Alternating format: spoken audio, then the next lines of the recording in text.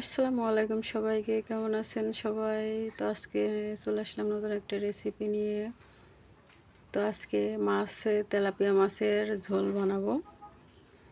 তো এই রান্নাটা রাতে করেছিলাম, তো ওই কারণে একটু অন্ধকার অন্ধকার লাগতেছে, তো কেউ কিছু মনে করবে না প্লিজ। তো আমি কড়াইতেই তেলের ভিতরে একটু লবণ দিয়ে দিয়েছিলাম যাতে মাছগুলো লেগে না যায়। দেখুন আমি মাছগুলো ভালোভাবে ভেজে নিব। তো যারা ভিডিওটি দেখতে শুরু করেছেন প্লিজ ভিডিওটি শুরু থেকে শেষ পর্যন্ত দেখবেন আর কমেন্টে জানাবেন আপনারা কিভাবে মাছ রান্না করেন। অনেকে না ভেজেও রান্না করে, তো আমি আজকে মাছ ভেজেই রান্না করব।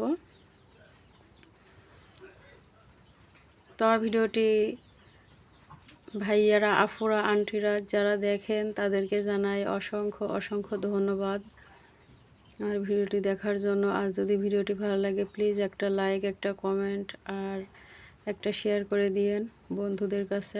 যদি নতুন নতুন ভিডিও পেতে চান তাহলে চ্যানেলটা সাবস্ক্রাইব করে রেখেন।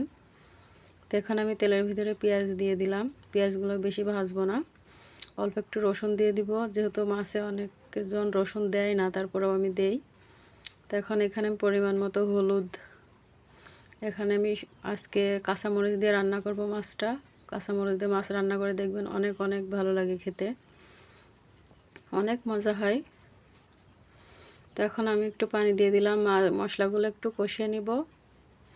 মশলাগুলো কষানো হয়ে গেলে আমি মাছগুলো মশলার ভিতরে দিয়ে দিব।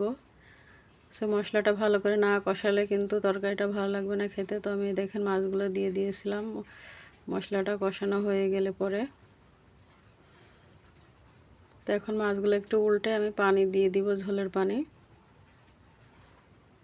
তো আপনারা এভাবে একবার হলেও বাসায় ট্রাই করে দেখবেন, অনেক অনেক বেশি ভালো লাগবে খেতে। তো এই পর্যায়ে আমি পানি দিয়ে দিব। এই পানিটা এবার রান্না হয়ে যাবে। আপনারা চাইলে এর চাইতেও কম পানি দিতে পারেন। তো একটু ঝোল ঝোল রান্না করবো আজকে আমি। তো শুরু থেকে শেষ পর্যন্ত যারা আমার ভিডিওটি দেখেছেন তাদেরকে জানাই অসংখ্য অসংখ্য ধন্যবাদ। আর যারা ধৈর্য ধরে আমার ভিডিওটি দেখেন তাদেরকে তো অসংখ্য অসংখ্য ধন্যবাদ।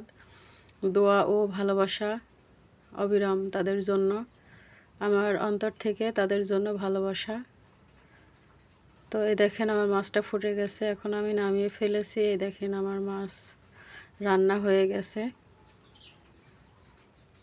তো আপনারা কমেন্টে জানাবেন কিভাবে রান্না করেন। তো আজকে আমার রান্নাটা কেমন হয়েছে প্লিজ কমেন্টে করে জানাবেন।